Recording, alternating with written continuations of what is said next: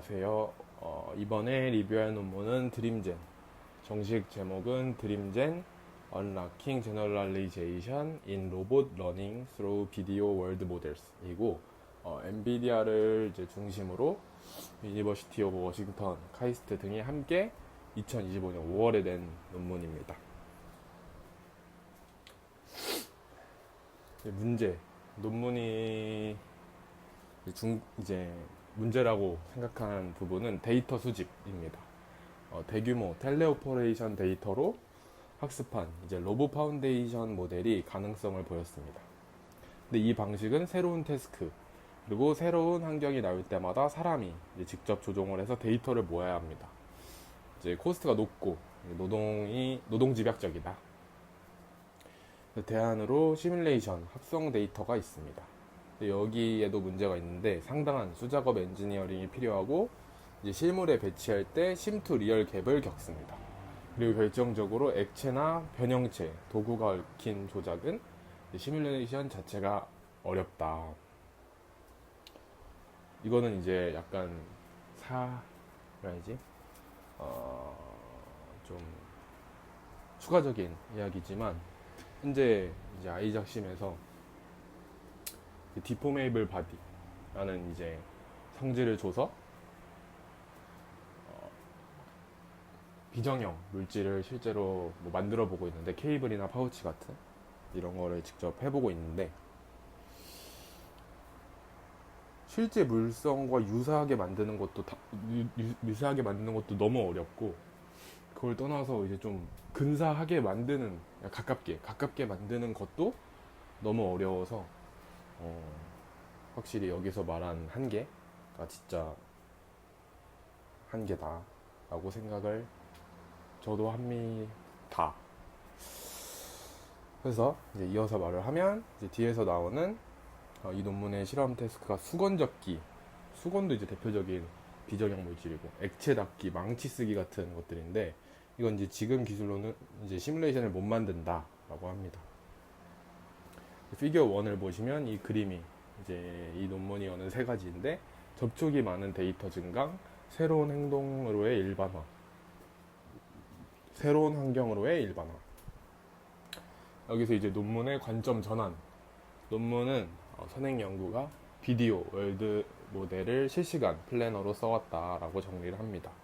로봇이 움직이는 도중에 미래를 그려보고 계획하는 용도였습니다. 드림젠은 그걸 합성 데이터 생성기로 취급합니다.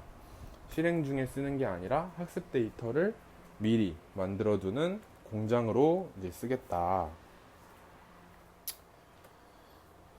그러면 이제 전체 구조는 4단계인데 1단계 비디오 월드 모델을 대상 로봇으로 파인튜닝 합니다. 그 다음에 2단계 초기 프레임과 지시문을 줘서 로봇 영상을 대량 생성합니다. 3단계 생성된 영상에 수도 액션, 즉 가짜 행동 라벨을 붙입니다. 4단계 그렇게 만든 영상 행동상으로 이제 폴리시를 학습한다. 피겨 2를 보시면 이 그림이 그 4단계입니다. 왼쪽 위부터 시계 방향으로 파인 튜닝, 롤아웃, 라벨링, 그 다음에 폴리시 학습. 여기서 이제 논문이 이름 붙인 개념이 뉴럴 트라젝토리입니다. 세계 모델이 만든 영상에 자동으로 붙인 행동 라벨을 합친 것, 즉 합성 로봇 데이터입니다. 중요한 점은 이게 정책 구조와 무관하다. 그래서 디퓨전 폴리시, 이제 파이제로, 그루트 N1 이 세 가지에 다 쓸 수 있고 논문도 이제 셋으로 검증을 합니다. 1단계와 2단계인데 1단계는 파인 튜닝. 사람이 조종해서 모은 로봇 트라젝토리로 영상 월드 모델을 미세 조정해서 그 로봇의 물리적 제약과 움직임 능력을 배우게 합니다. 여기서 중요한 선택이 하나 있는데 이제 어제 리뷰했었던 로라를 씁니다. 이유는 인터넷 영상으로 사전 학습된 지식이 지워지는 걸 막기 위해서입니다. 전체를 다시 학습시키면 로봇은 이제 잘 그리게 되겠지만 이제 그러니까 월드에 대한 일반 지식을 잃게 되고 그러면 이제 또 뒤에서 볼 새 환경 일반화가 어렵기 때문입니다. 베이스 모델은 주로 이제 WAN 2.1을 씁니다. 시점이 여러 개인 데이터는 2x2 이제 격자로 이어 붙여서 파인 튜닝합니다. 2단계는 롤아웃. 초기 프레임과 지시문으로 영상을 대량 생성합니다. 대상 물체 위치를 무작위화하면서 새 초기 프레임을 찍습니다. 여기서 이제 환경 일반화 실험의 설정을 꼭 짚고 가야 합니다. 그러니까 월드 모델 자체는 단일 환경에서 모은 데이터로만 학습하고 새 환경에 대해서는 초기 프레임만 찍어 놓습니다. 즉 이제 새 환경에서 로봇을 굴려서 데이터를 모으는 게 아니다. 파인 튜닝이 잘 됐는지는 이제 인스트럭션 폴로잉과 피직스 폴로잉 두 지표로 판단합니다. 뒤에 나올 드림젠 벤치와 같은 지표입니다. 스텝 3 이제 이게 3단계가 이 파이프라인의 이제 핵심인데, 영상 모델은 이제 영상만 만들고 또 행동은 이제 안 만들어주기 때문입니다. 두 가지 방법을 씁니다. 첫 번째, IDM, 이제 SIG-LIP2 비전 인코더를 쓴 디퓨전 트랜스포머를 플로우 매칭 목적으로 학습합니다. 두 이미지 프레임을 조건으로 그 사이에 액션 청크를 예측하게 하고, 이제 라벨링은 한 칸씩 밀어가는 슬라이딩 윈도우로 합니다. 여기서 설계 선택 하나가 이제 또 중요한데, 언어와 이제 프로프리오셉션, 그러니까 자기 수용 감각을 일부러 입력해서 뺐습니다. 논문은 그 이유를 IDM이 로봇의 동역학만 담게 하기 위해서라고 밝힙니다. 지시문을 보면 IDM이 동역학이 아니라 의미를 보고 이제 추측하게 되기 때문입니다. 둘째, 이제 레이턴트 액션, 라파 모델, 최근에 또 리뷰를 했었던 라파 모델을 씁니다. 현재 프레임과 1초 뒤 프레임을 조건으로 두 프레임 사이의 시각적 변화를 담는 레이턴트 액션을 내고, 그루트 N1을 따라 이제 양자화 이전에 연속 임베딩을 씁니다. 이쪽의 장점은 대상 로봇의 실제 행동 라벨이 아예 없어도 된다. 피겨 3인데 이 그림이 두 구조입니다. A가 IDM, B가 라파. 뒤에 실험에서 두 방식 효과가 비슷하게 나와서 이후 실험은 이제 IDM을 기본으로 씁니다. 이유는 IDM 행동이 뉴럴 트래젝토리만으로 학습해서 평가하는 걸 가능하게 하기 때문입니다. 실험은 세 갈래인데, 먼저 이미 데이터가 있는 태스크를 보강하는 경우입니다. 시뮬레이션은 이제 로보카사로 합니다. 그라운드 트루스 데이터를 720개, 2.4천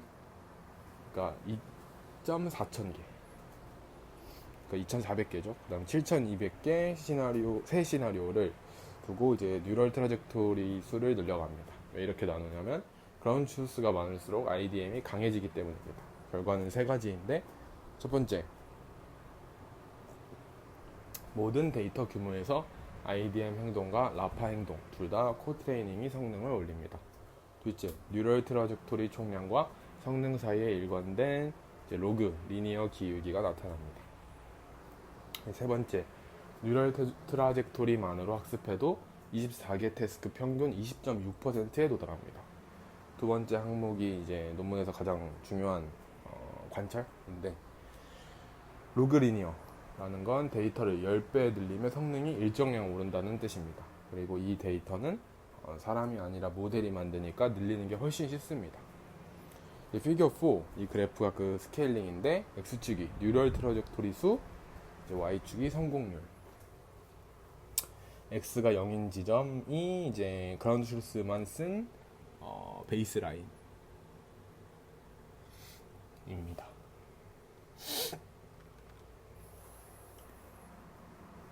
실제 로봇에서 새 인바디먼트 9개 태스크로 검증합니다. 큐리의 GR1 휴머노이드, 프랑카 에밀카 8, 다음 저가형인 SO100. 이제 표를 보시면 기본 설정은 수집한 이제 트라젝토리의 10%만 쓰는 겁니다. GR1과 프랑카는 태스크당 10개, SO100은 10개와 13개. 그 소량 데이터의 뉴럴 트라젝토리를 1대1로 섞어 코트레이닝 합니다. 결과는 GR1 4개 평균이 37%에서 46.4%, 프랑카 3개 태스크 평균이 23%에서 37%, SO100 2개 태스크 평균이 21%에서 45.5%로 올랐습니다. 이 태스크들의 성격을 이제 한 번 더 이제 좀 더 자세히 말을 하면 수건 접기, 액체 닦기, 망치 쓰기, M&M 뜨기입니다. 논문이 이제 강조하는 건 이것들이 물리적 상호작용이 복잡해서 지금 방법으로는 시뮬레이션 합성이 불가능한 종류다라고 합니다. 그래서 그러니까 한마디로 이제 시뮬레이션을 못 만드는 데이터를 영상 생성 모델로는 만들 수 있다. 0에서 1로 이 논문에서 이제 강력한, 가장 강한, 아무튼 중요한 결과입니다. 설정을 먼저 정확히 봐야 하는데 GR1 휴머노이드가 다양한 픽앤플레이스를 수행한 트래젝토리 2884개, 이것만으로 이제 월드 모델을 학습합니다. 정책은 뉴럴 트라젝토리만으로 학습합니다. 첫 줄, 학습에서 본 환경에서 새로운 행동을 시키는 경우입니다. 14개 태스크 평균으로 그루트 N1이 11.2%, 드림젠을 적용하면 43.2%입니다.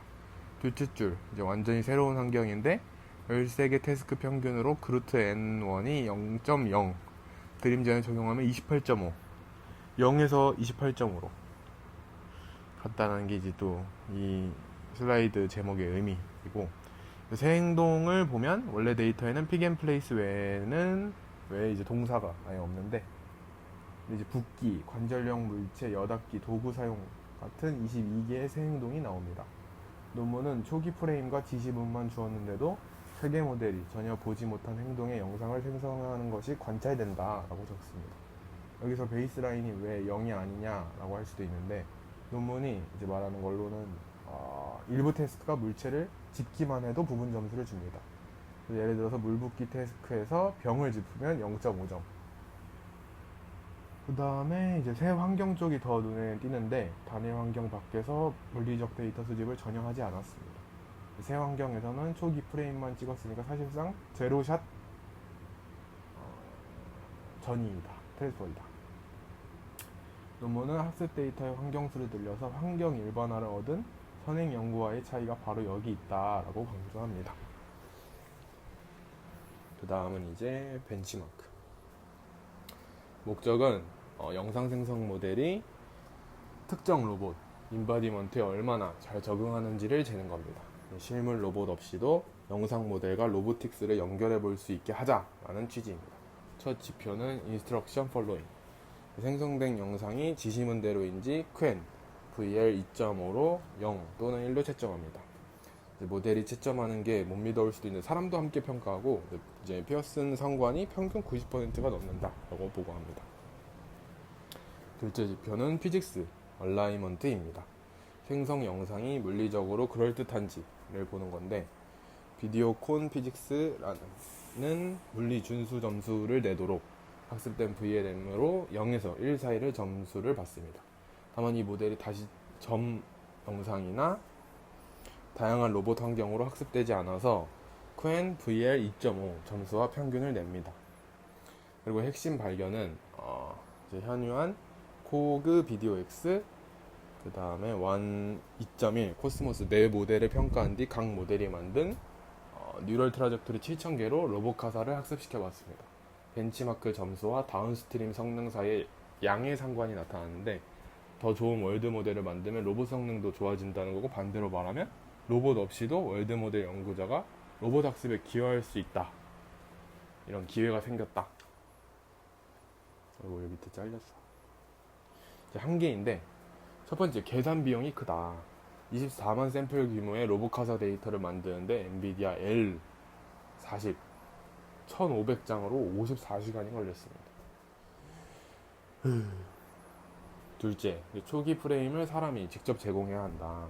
텔레오퍼레이션보다는 훨씬 가볍지만 여전히 수작업이 남아있고, 논문은 자동 생성이나 선택을 향후 과제로 둡니다. 세 번째는 다루는 태스크가 비교적 단순하고 로봇의 전체 운동 능력 중 일부만 다룬다. 그리고 드림젠 벤치의 자동 평가기가 경량 오픈소스 모델 기반이라 특히 물리적 사실성 평가에서 환각이 일어날 수 있다라고 인정합니다. 하나 더 영상으로부터 학습하는 기존 방법들과 상보적이다라고 하면서 이제 또 동시에 직접 비교 벤치마킹은 하지 않았다라고 밝힙니다. 정리를 하면 드림젠은 새 태스크와 새 환경마다 사람이 데이터를 모아야 한다는 문제를 세계 모델, 그러니까 월드 모델의 용도를 바꿔서 풉니다. 무엇을 바꿨냐? 기존에는 세계 이제 월드 모델이 실시간 계획기였습니다.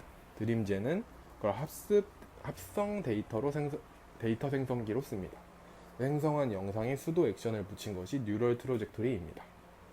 무엇을 얻었냐? 단일 환경에 픽앤플레이스 데이터만으로 22개의 새로운 행동이 가능해졌습니다. 새 행동에서 11.2%가 43.2%로, 새 환경에서 0%가 28.5%로 올랐습니다. 그리고 또 실제 새 로봇 9개 태스크에서도 소량 데이터 성능이 올랐습니다. 하지만 생성 비용이 크고 초기 프레임은 여전히 사람이 찍어야 한다 라는 한계가 있다. 네, 이상으로 발표를 마치겠습니다. 감사합니다.